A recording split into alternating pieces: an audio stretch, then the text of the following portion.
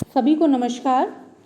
विद्यार्थियों, आज हम बीए सेकंड ईयर प्रश्न पत्र सेकंड मध्यकालीन भारत का इतिहास उसके अंतर्गत विजयनगर की शासन व्यवस्था को जानेंगे। विद्यार्थियों, इससे पूर्व का जो वीडियो था उसमें हमने विजयनगर का जो शासन है उसके बारे में कुछ चर्चा कर ली थी और विजयनगर के जो वंशज हैं या विजयनगर के जो वंश हैं उनके बारे में चर्चा हम कर चुके हैं। ये कौन कौन से वंश रहे हैं और उनका इतिहास के अंतर्गत और कॉम्पिटिटिव एग्जाम के अंतर्गत किस प्रकार से प्रश्न भी पूछे जा सकते हैं। अब हम आगे इस बात को विस्तार से समझेंगे विजयनगर की शासन व्यवस्था को। तो विजयनगर की शासन व्यवस्था के अंतर्गत सबसे हम पहले चर्चा करेंगे केंद्रीय शासन की। तो केंद्रीय शासन के अंतर्गत विजयनगर में निरंकुश राजतंत्रात्मक शासन व्यवस्था थी, यानी कि राजा ही संपूर्ण शक्ति का केंद्र था और संपूर्ण शक्ति राजा के हाथ में ही निहित होती थी। लेकिन विद्यार्थियों, ये सबसे पहले जान लेना चाहिए कि जो यहाँ का शासन व्यवस्था थी, राजा निरंकुश तो था लेकिन उसमें धार्मिक भावनाएं भी बहुत अधिक थी। राजा को राय के नाम से बुलाया जाता था और निरंकुश होने के बावजूद भी वह उदार तथा विचारवान होता था। राजा की उदारता और उसकी बुद्धिजीविता के बारे में हमने कृष्णदेव राय को बहुत डिटेल से पढ़ा है, उनके ग्रंथों को पढ़ा है, उनके अष्ट दिग्गजों के बारे में पढ़ा है। इसके बारे में हम जानकारी ले चुके हैं। इस प्रकार राजा था वो धर्म के अनुसार क्या करता था, शासन चलाता था और राजा का जीवन का जो उद्देश्य होता था वह प्रजा की उन्नति तथा प्रजा का सदा कल्याण करना ही होता था। इस प्रकार से राजा का व्यवस्था थी जो विजयनगर के अंतर्गत थी। अब हम बात करते हैं आगे केंद्रीय मंत्रिपरिषद की।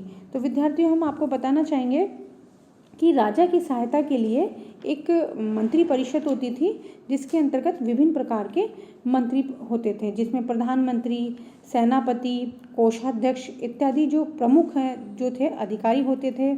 और इन मंत्रियों की नियुक्ति तथा पदच्युति का मतलब पद से हटाना, तो अपॉइंटमेंट और डिसमिस दोनों का काम राजा के पास होता था। और इन पदों पर सामान्यतः क्या होता था, उच्च कुलीन वर्ग के लोग होते थे और उच्च कुलीन वर्ग के जो लोग होते थे इनको कई बार इन पद को वंशानुगत भी बना दिया जाता था। प्रशासनिक कार्यों में सहायता देने के लिए एक बड़ी समिति भी होती थी।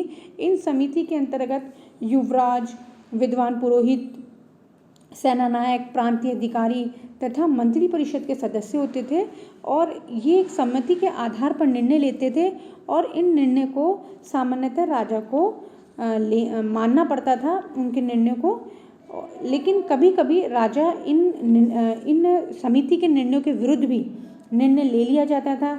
इसके अलावा जो दरबार है उसकी शान शौकत है उस पर भी बहुत अधिक खर्चा किया जाता था। और विजयनगर की जो वैभवता है इसके बारे में अनेक विदेश यात्रियों ने अपनी यात्रा वृत्तांत के अंतर्गत विजयनगर के वैभव को वर्णन किया गया है। बारबोसा एक व्यक्ति हुए हैं जिन्होंने कहा है, एक विद्वान हुए हैं, विदेशी यात्री हुए हैं जिन्होंने कहा है कि जो विजयनगर का वैभव है वो विदेशी जो नगर हैं उनसे भी आगे की ओर देखने को मिलता है। अब हम बात करते हैं विद्यार्थियों इसके पश्चात प्रांतीय शासन की। तो प्रांतीय शासन की हम बात करें तो जो विजयनगर है वह संपूर्ण जो साम्राज्य है वो 6 प्रांतों के अंतर्गत बटा हुआ था और प्रत्येक प्रांत का जो शासन है वो एक अधिकारी के हाथ में होता था जिसे नायक या सूबेदार कहा जाता था। और ये जो नायक है वह सामान्यतः कौन होता था, या तो कोई राजवंश का जैसे युवराज हो गया या कोई अच्छा प्रांतीय अधिकारी हो गया, प्रमुख सामंत होता था, उनको इस पद पर क्या किया जाता था।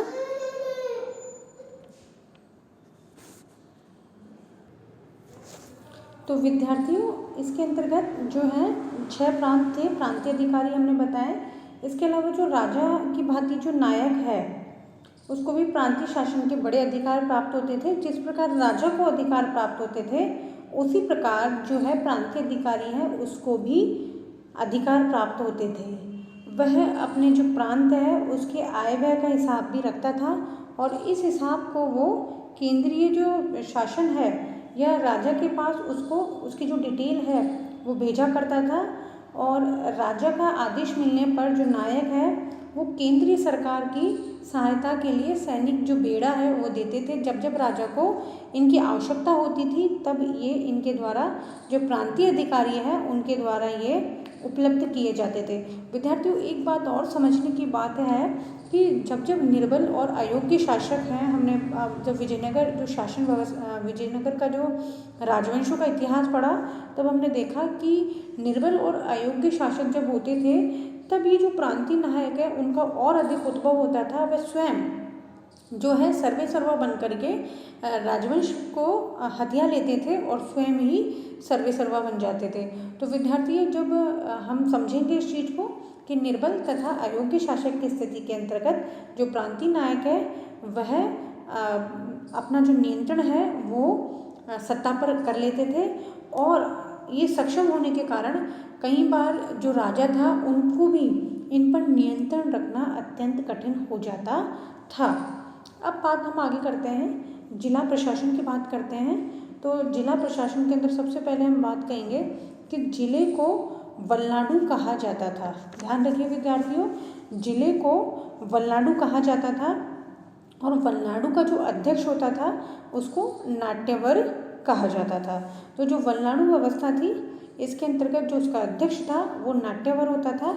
और ये जो शासन व्यवस्था है इसके अंतर्गत आगे हम देखेंगे कि कई सारे जो वलनाडु हैं वो नाडु में होते थे, जिन्हें नाडु, कोट्टम या कुर्रम तीनों। विद्यार्थियों, कई बार एग्जाम में पूछा जाता है, विशेषतः कॉम्पिटिटिव एग्जाम में इनका क्रम पूछा जाता है कि जैसे सबसे पहले केंद्र, केंद्र के बाद प्रांत, प्रांत के बाद वलनाडु व्यवस्था, फिर नाडु व्यवस्था और उसके पश्चात जो ग्रामीण व्यवस्था होती थी उसके बाद होती थी। तो जिला प्रशासन है उसको वलनाडु कहा जाता था और ये वलनाडु है कई सारे नाडुओं में विभाजित होते थे और इन नाडुओं को कोट्टम तथा कुर्रम के नाम से भी जाना जाता था।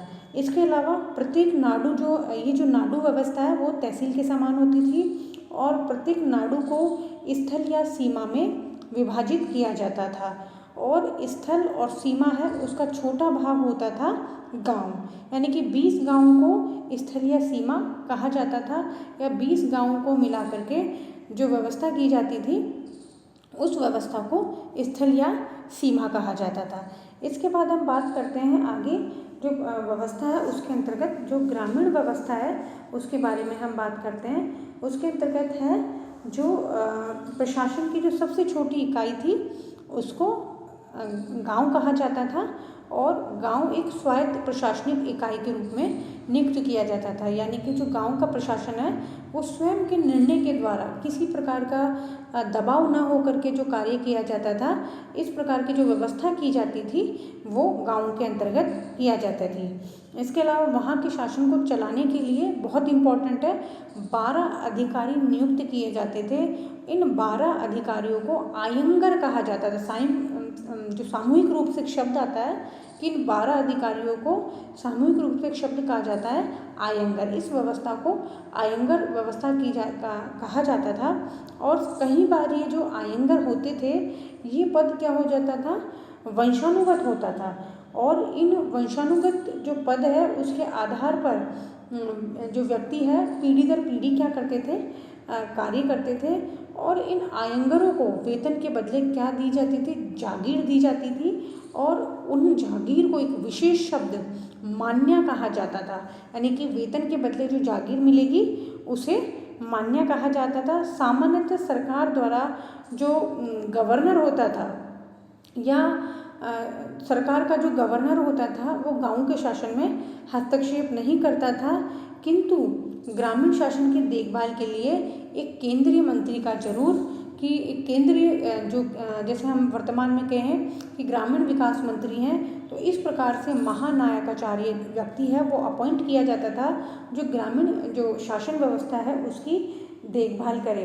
इसके अलावा अगर हम कर व्यवस्था की बात करें, भू राजस्व व्यवस्था की बात करें, उसकी हम विद्यार्थियों आपको बताना चाहेंगे कि जो विजयनगर की जो व्यवस्था थी उसके अंतर्गत जो उसकी आय का प्रमुख साधन था वो थी भूमि कर व्यवस्था और ये उपज का लगभग 1/5 भाग लिया जाता था। और इसके लिए क्या किया जाता था, अनेक प्रकार के कर भी लगाए जाते थे विजयनगर के अंतर्गत। कहा जाता है कि विजयनगर साम्राज्य के अंतर्गत जो करों की व्यवस्था है वो बहुत सारी थी, अनेक प्रकार के जो है कर लगाए जाते थे। और इतने अधिक करों की व्यवस्था से हम कहेंगे कि शायद ही ऐसा कोई वर्ग या क्षेत्र होगा जो इन करों से बचे। अब हम बात करते हैं दंड व्यवस्था की। तो दंड व्यवस्था के अंतर्गत हम विद्यार्थियों को बताना चाहेंगे कि विजयनगर में जो आय का अत्यधिक जो स्रोत था, उस स्रोत के अंतर्गत अर्थदंड जो था वो सबसे बड़ा आय का स्रोत था। और विजयनगर के अंतर्गत क्या था, साम्राज्य में जो मृत्युदंड व अंगभंग दंड नहीं दिया जाता था और अपराध की गंभीरता के आधार पर अर्थदंड ज़्यादा दिया जाता था। लेकिन जो भ्रष्ट कर्मचारी थे उनको जो है उनके साथ सख्त सज़ा की व्यवस्था की जाती थी। उनके विशेष परिस्थितियों के अंदर अंगभंग व्यवस्था की भी व्यवस्था थी। इसके अलावा न्याय व्यवस्था के लिए हम बात करें तो न्यायाधीशों की जो नियुक्ति है वो राजा स्वयं करता था। ग्राम के अंदर जो ग्राम पंचायतें थी वो भी निर्णय लेती थी। उनके माध्यम से जो उसके पंच या सरपंच होते थे वो निर्णय लेते थे और गांव के लोगों को उसको मानना पड़ता था। राज्य की जो न्याय व्यवस्था है वो परंपरागत नियमों और रीति रिवाजों पर आधारित था और राज्य का जो एक संवैधानिक व्यवस्था थी उसके आधार पर ली जाती थी। हालांकि कठोर दंड व्यवस्था थी, लेकिन किसी परिस्थितियों के अंतर्गत उस दंड को कम करके फाइनेंशियली जो सज़ा है उसको अधिक ज़्यादा ध्यान में रखा जाता था। इसके अलावा कभी कभी उसकी संपत्ति भी जब्त कर ली जाती थी और ब्राह्मणों को मृत्युदंड नहीं दिया जाता। तो इस प्रकार हमने जो विजयनगर की जो शासन व्यवस्था है उसके बारे में चर्चा कर ली है।